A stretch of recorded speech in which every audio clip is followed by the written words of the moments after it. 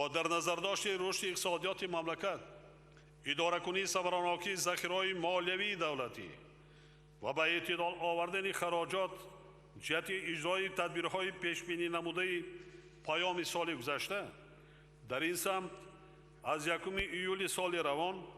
مرحله نوبتی زیادشوی مزد مهنت عملی کرده می شود. از جمله مزد مهنت کارمندان مقامات حاکمیت و اداره‌کنی دولتی،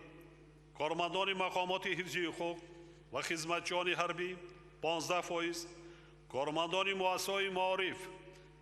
به شمول مؤسسه‌های تحصیلات تا مکتبی، میانه عمومی و عالی، دیگر مؤسسه‌های ساحه معارف، علم، فرهنگ، ورزش و تندرستی 20%، مؤسسه‌های ساحه حفظ اجتماعی از جمله خانه اینترنت‌ها برای پیرانسالان و معیوبان، شعبه‌های کمک اجتماعی در خانه و استراحتگاه و آسایشگاه‌ها برای سابقه‌داران جنگ و مهنت و شخصان با آنها برابر کرده شده 25% زیاد کرده می شود. حد اقل و حد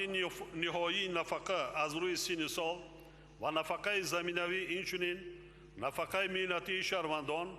به حساب میانه تا 20% بلند برداشته می شود. در برابر این استیپندیای دانشجویان و دیگر نمودهای استیپندیه 30%،